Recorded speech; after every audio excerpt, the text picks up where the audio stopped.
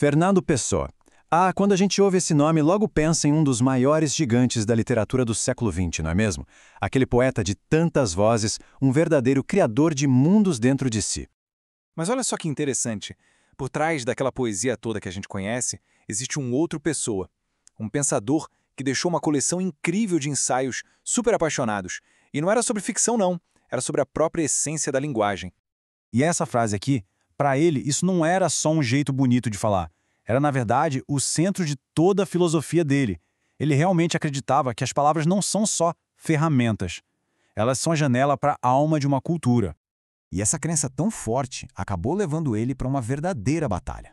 Esse poeta genial foi também um baita cruzado intelectual, sabe? Ele travou uma guerra por algo que, à primeira vista, parece bem simples: a ortografia da língua portuguesa. Para o Pessoa, as regras de como se escreve uma palavra, isso não era um mero detalhe técnico, de jeito nenhum. Era o coração da identidade de uma nação, um verdadeiro campo de batalha pela alma cultural de Portugal. Para a gente conseguir entender o argumento do Pessoa, primeiro a gente precisa sacar a divisão fundamental que ele fazia da linguagem. Para ele, existiam dois mundos completamente distintos. Ele enxergava um conflito ali. De um lado, a palavra falada, um fenômeno da natureza que pertence a todo mundo, superdemocrática.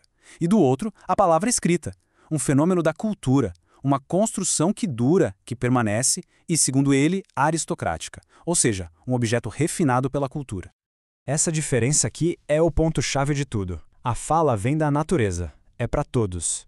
Já a escrita, a escrita é um artefato da cultura, que carrega todo o peso da história. E é isso que nos leva direto para o centro do argumento dele. Afinal, por que o Pessoa acreditava com tanta força que a história de uma palavra tinha que estar visível no jeito que a gente escreve ela? A resposta para essa pergunta está na etimologia. A origem de uma palavra, sabe? As raízes dela lá no latim, no grego. Para ele, isso não era só um dado acadêmico. Era o DNA da cultura, a alma da linguagem que a gente podia ver. O raciocínio do Pessoa segue uma lógica bem clara. Pensa comigo. Primeiro, as palavras têm uma história. Segundo, a ortografia que mostra essa história nos conecta a ela. Terceiro, se a gente escrever só pelo som, a gente apaga essa conexão. A conclusão para ele era inevitável. A ortografia tradicional é a guardiã da alma da língua.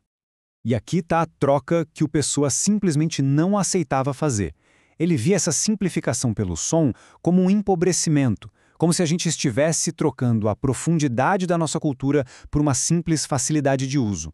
Mas a cabeça do Pessoa não parava só na ortografia do português, não. Ele também tinha umas ideias bem profundas e provocadoras sobre a comunicação no mundo todo.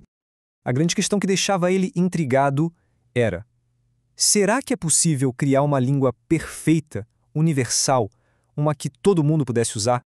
A resposta dele era um sonoro não, principalmente para línguas artificiais tipo o Esperanto. Para ele, as línguas naturais, sabe, elas evoluíram com o tempo, carregam séculos de cultura. Já as línguas inventadas seriam só recipientes vazios, sem alma. Ele chegou a chamar de marionetes espirituais. E no próprio manuscrito dele, dá para ver a força da linguagem. Ele dizia que ninguém, em sã consciência, ia trocar uma língua viva, com toda a sua bagagem, por uma construção artificial sem história nenhuma. Só que olha que curioso, ele até imaginou um tipo diferente de língua artificial. Não para a gente usar no dia a dia, mas para a ciência. Uma língua de uma precisão absurda, onde uma ideia complexa como "eu deveria ter entendido" pudesse ser dita em uma única palavra. É um exercício mental fascinante, né? Tá, mas e aí? Por que essas ideias de um século atrás ainda fazem sentido hoje? Como é que essa guerra secreta do Pessoa se conecta com o nosso mundo? A grande lição que fica é a seguinte: o jeito de escrever e as palavras que se escolhe não são coisas sem importância. Pelo contrário, elas são a nossa conexão com uma herança cultural gigantesca.